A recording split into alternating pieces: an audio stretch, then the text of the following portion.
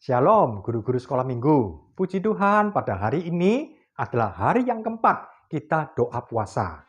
Dan pada hari yang keempat ini, kita akan merenungkan satu judul.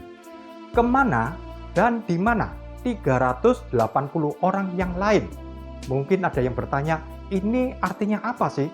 Kemana dan di mana 380 orang yang lain? Saya akan ceritakan. Pada waktu itu, ketika Yesus sudah bangkit dari maut, Yesus menampakkan diri kepada murid-muridnya.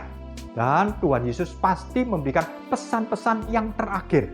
Termasuk juga pesan tentang janji pencurahan Roh Kudus. Yesus menampakkan diri bukan kepada banyak orang, tapi kepada murid-murid saja dalam kalangan yang terbatas. Pernah juga satu kali Yesus menampakkan diri kepada 500 orang sekaligus. Ini tertulis di dalam 1 Korintus 15 ayat 6. Pasti janji pencurahan Roh Kudus juga disampaikan kepada mereka. Dan kita lihat ternyata yang berkumpul dan bertekun untuk mencari kepenuhan Roh Kudus itu hanya 120 orang. Jelas tertulis di dalam Kisah pasal 1 ayat 15. Jadi Yesus sudah memberikan janji pencurahan Roh Kudus kepada 500 orang minimal. Tapi yang menerima kepenuhan Roh Kudus hanya 120 orang. Sekarang pertanyaannya, di mana 380 orang yang lain? Kemana mereka? Mengapa mereka tidak ikut di dalam perkumpulan itu mencari kepenuhan Roh Kudus? Mengapa? Nah, pasti ini ada alasannya.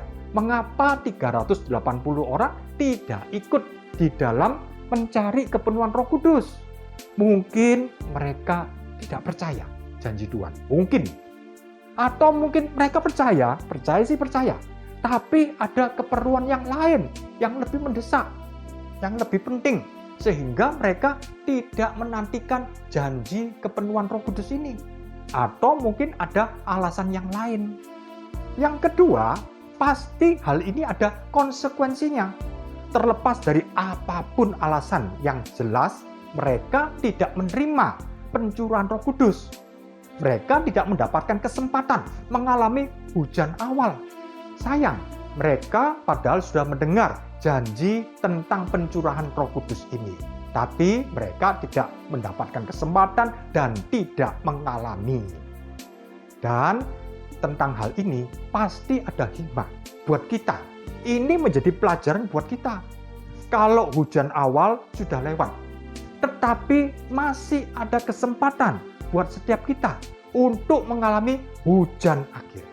Karena itu, pastikan kita semua mengalami pencurahan hujan akhir. Jadi, kita akan rekap renungan ini. Kemana dan di mana 380 orang yang lain? Yang pertama, pasti mereka ada alasannya. Apapun alasannya, akhirnya mereka juga tidak menerima kepenuhan Roh Kudus. Dan kita akan belajar dari pengalaman mereka. Supaya kita orang-orang akhir zaman, jangan sampai kemudian tidak ikut dalam rencana Tuhan yang terakhir. Pastikan setiap kita akan mengalami urapannya, kuasanya, pencurahan Roh Kudus di hujan akhir. Dan kita akan melayani murid-murid sekolah minggu dengan kuasanya, dengan urapannya. Luar biasa. Mari saudara-saudara, kita akan berdoa ya. Bapa kami dalam surga, Tuhan Yesus, terima kasih Tuhan. Kalau pada hari ini kami boleh belajar lagi ya Tuhan, tentang orang-orang yang tidak ikut di dalam pencurahan Roh Kudus. Biar setiap kami Tuhan boleh bertekun dan menantikan janji Tuhan, yaitu hujan akhir di akhir zaman. Terima kasih Tuhan, kami juga mendoakan untuk Kids Revival yang akan diadakan.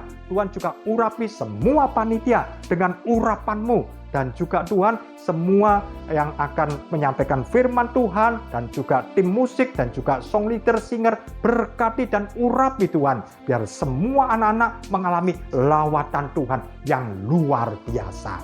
Terima kasih Tuhan, kami berdoa hanya di dalam nama Tuhan Yesus Kristus. Haleluya, amin.